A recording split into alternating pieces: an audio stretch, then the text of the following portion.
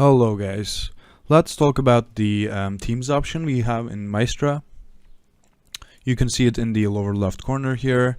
Now when we click Teams, this is what we see. This is the dashboard. Here's the team name. Here's the files we have recently edited, and here are the minutes left. So a cool thing about Teams is that the members will have the same amount of minutes as the person who have created the team when they are working on the common files, the files they work on together. So here are the channels I created for this video, and now let's go ahead and click Manage Team and Channels. We can change the name of the team here. I named it Tutorial Team for this video. We can change the logo, and we can create channels.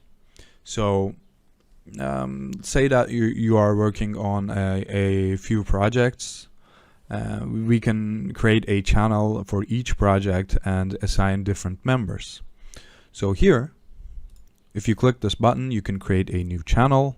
I've created two, as I said. This is the view only channel. I can change its name if I want to. When I click two members here, this is the member I assigned, and here I can change their permissions. If I click view only, they're only going to be able to view the files. If I click edit, they can edit the file but not export. And if I click edit and export, they can edit the file and then export. And if I click this, he's not going to be in the channel anymore. He's not going to have access to the files in that channel. So here is the edit channel. I gave permission to edit.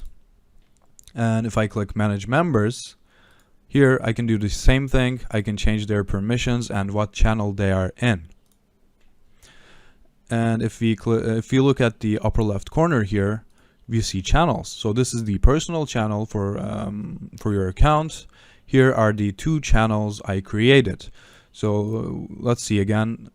He has permission to view only in the view only channel and edit in the edit channel.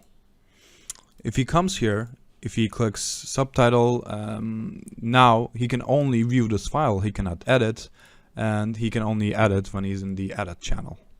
And that is pretty much it, guys. How to use the Teams option in Maestra.